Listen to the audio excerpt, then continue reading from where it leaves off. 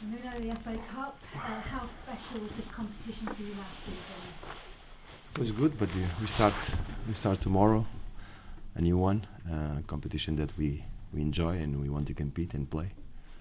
You so nearly made the final last season. Did it give you that real taste to want more? We always want more. But we are starting tomorrow against a very difficult and tough opponent. Man United is a fantastic team, so we are looking forward to the game. I guess with that focus on always looking ahead, it will answer this next question, but you have got a very good record against Manchester United. You beat them in the quarter-finals last season. You played them 4 times, won twice, drawn twice over the past couple of seasons. So you take a very good record against them into this game. It's a new one. It's a new game, so new things will happen, a new challenge, and we know that's going to be tough. Fantastic team. Do you think they deserve the criticism they've had at times this season? It's not up to me to comment on this situation, of course. And in terms of your form that you go into this game with, you've lost 3 out of your 5.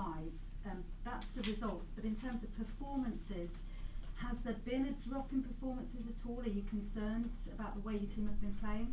We are always concerned when we are not able to perform the way we want. We're always concerned, but at the same time we had good performance that gives us we realize how to do things, and we want to do it again. It was a very, very tough schedule. We started 27, 29, the first. Now we're going to play the 4th. But we, like I said before, we are trying to survive, and tomorrow will be the same. But always with the idea that we have to improve, that we have to rectify some things that we didn't do before in the last game. But motivated and ready to go. Given the schedule you've had and all the games you've had with the Europa League as well this season, where does this competition rank in terms of your priorities? Always on the top of priorities. The next game is always the more important one. No matter which competition we are involved, it's always a top priority. With that being said then, how are you expecting to make many changes to your team? How's your thinking in terms of the team you'll put out? Now we have to decide. and prepare the game. We didn't have, like everybody knows, too much time. It's a couple of days. It's more about recovering the players. And now we decide. We go to the hotel. We rest. And tomorrow you'll see who starts. You must really have had no time to train at all, have you? No, it's been the circumstances that since the beginning of the season. It's all about recovering and finding solutions during the competition that allows you to grow and improve. That's the way we've been working. How's your team looking in terms of injuries coming into this one? Not good. In what way then? Because who's already out, and unfortunately Diogo is also not available. In the last game he had in the moment that the red card with Cabacela, there was no intention at all, but he had a strong impact that enabled him to be tomorrow and probably for the next days. So it's not good. Every time a player is not available, it's not good news. What have you been told about what is his injury? He's being assessed now. He's already did the MRI now, but it's not good. Could it be a long-term? I don't know. Like I said to you, Chris, he's been assessed now. You have to wait for all the blood that the impact caused to go down, so the doctor can evaluate him better and assess him, and after that we'll have a proper diagnostic. That's a real shame, isn't it? It's no matter who.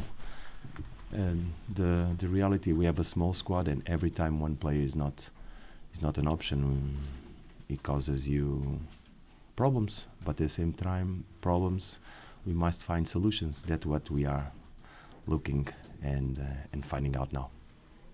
What in terms of those solutions, could one solution be the business you do in January? How does this shape what kind of business you'll do in January in terms of transfers? Yeah, we need players now. I think is the right moment to start working on that.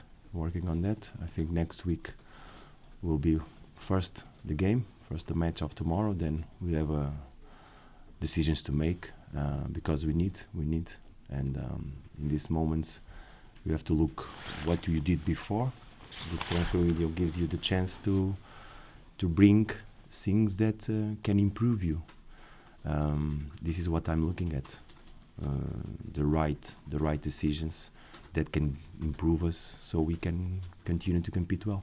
Have you got a number in mind in terms of the amount of players you need to bring in? Yes, I have. Can you? No, I don't. I'm sorry. 1, 2, 3. I'm sorry. Positions? I'm sorry. Okay, Sorry. that's fine, I understand. And how about outgoings? Can we expect to see any outgoings? Yes, probably yes. Yes, unfortunately, when things don't work out with a player, you must try to find the best way to deal with that. Trying to find out why, and sometimes if it's not possible, just move forward. Patrick Traore, there's been a lot of speculation about his future. Could he be somebody that we see leave this month? You have to wait and see. Let's wait and see. Adama Traore has been nominated for Player of the Month.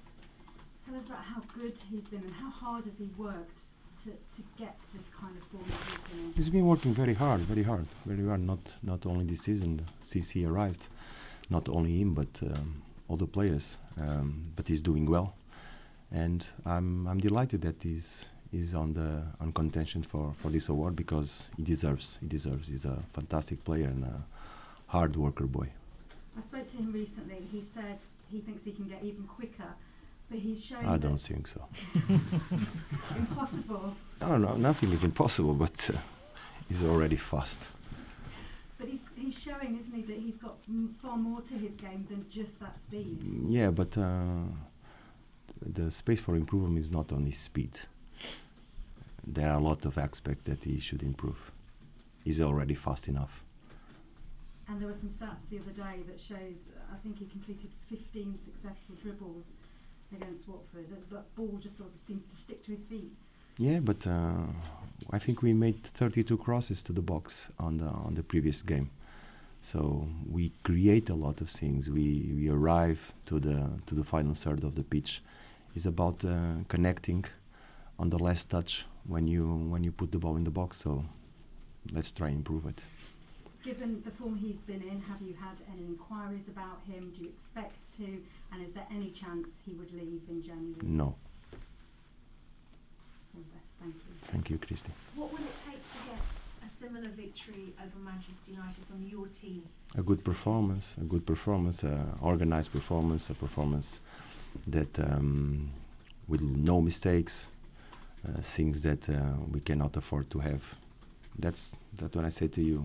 When you have a previous game, you try to improve for the next one, and you must perform better. Play good, organize. A lot of things.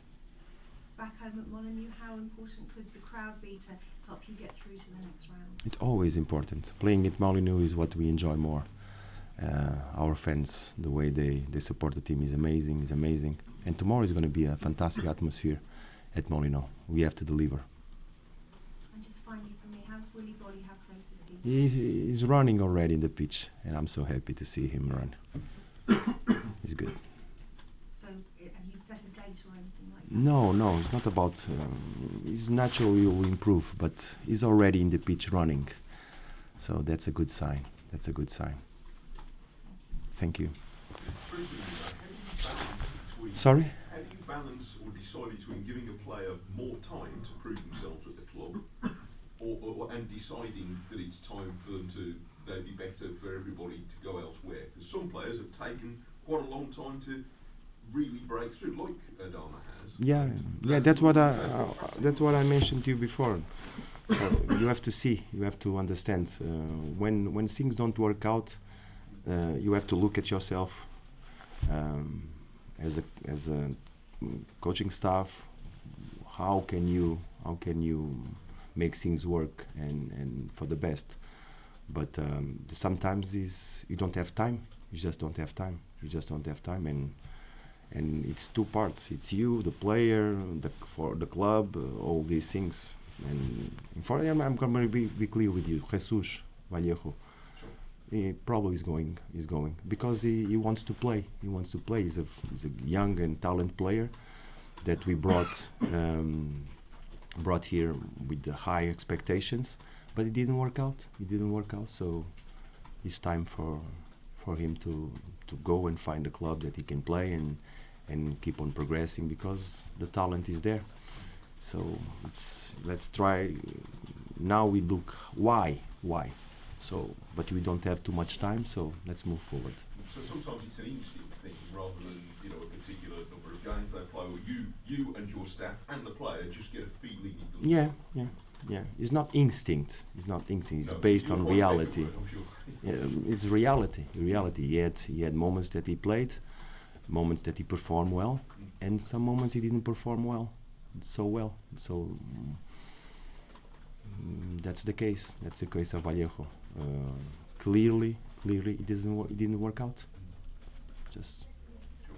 So that then influences your transfer policy going forward. Then, of course, because you have to make decisions. You have to look where you are, how you perform until now, so where you want to go. There's several ways for you to improve your performance. You have to find new solutions. That's what we're trying to do, and sometimes just try to bring things that can give you different characteristics to the team, and this is what we are going to try. Bring players that can give us different things to the team that allows it to keep on growing and improving. Thank you. Thank you, Mike.